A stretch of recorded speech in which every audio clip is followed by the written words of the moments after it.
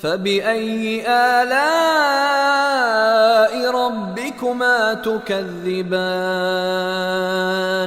وَلَهُ الْجَوَارِ الْمُنشَآتُ فِي الْبَحْرِ كَالْأَعْلَامِ۔ اللہ سے جڑنے کا ذریعہ ہے اس کی بندگی اور اطاعت اور اس کے فرائض کا ادا کرنا۔ اس کے فرائض میں نماز سر فہرست ہے۔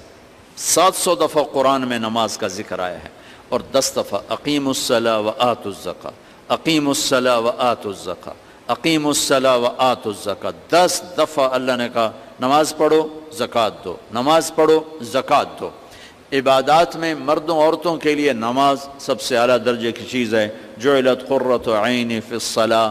آپ کلاس لے رہے ہیں، نماز سر پہ آ گئی ہے، اب آپ مسجد کی طرف بھی جائیں۔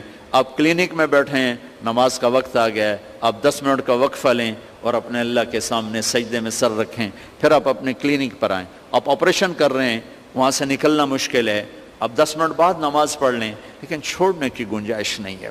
گھر میں بچوں کے ساتھ خاتون مشغول ہے، اللہ کا بلاوا آ گیا، اب اللہ کے سامنے کھڑے ہو جائیں کہ اللہ تعالیٰ نے آپ کو بلایا ہے، اور یہ سر زمین پہ رکھنا میری آپ کی سب سے بڑی معراج اور عزت اور عظمت اور کامیابی ہے۔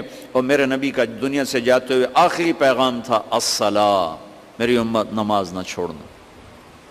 علی رضی اللہ تعالیٰ عنہ کو تیر لگا جنگ میں، اور تیر ران میں لگا، وہ ایسا کھب گیا کہ نکالیں تو نکلتا نہیں تھا، زور لگائیں تو درد ہوتا تھا، تو ان کا اسے چھوڑ دو۔